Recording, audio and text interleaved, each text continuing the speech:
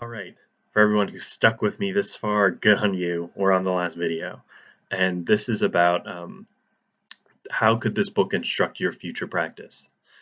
And the picture I chose was a bit cheeky. It's of a mom giving her child a lunch before they presumably go off to school. The reason I picked that is because that's how the book felt in its takeaway, and how I would use it.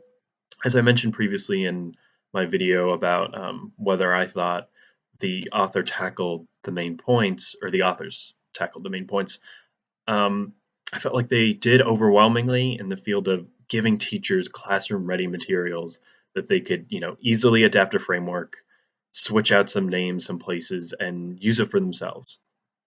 On the other hand, I felt like the actual kind of understanding the basis of historical thinking, reading, writing wasn't covered enough.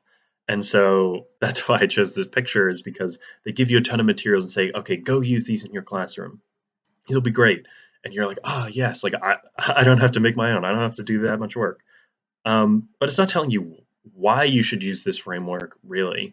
It's not telling you, how you can adapt this framework, if you have diverse learners, if you have secondary language learners, if, there's students who kind of react in different ways, like, and how to deal with that. It doesn't tackle that. So, in terms of takeaway, I would certainly use this as, I need a good activity for the next 3 class days, the next week or so, and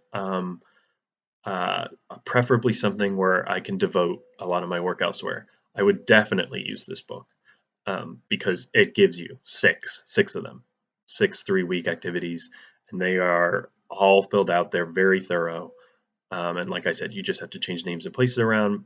However, in terms of a instructional manual, in terms of a kind of approaching the like metacognition that goes on with historical thinking, I'm sure there's better books out there.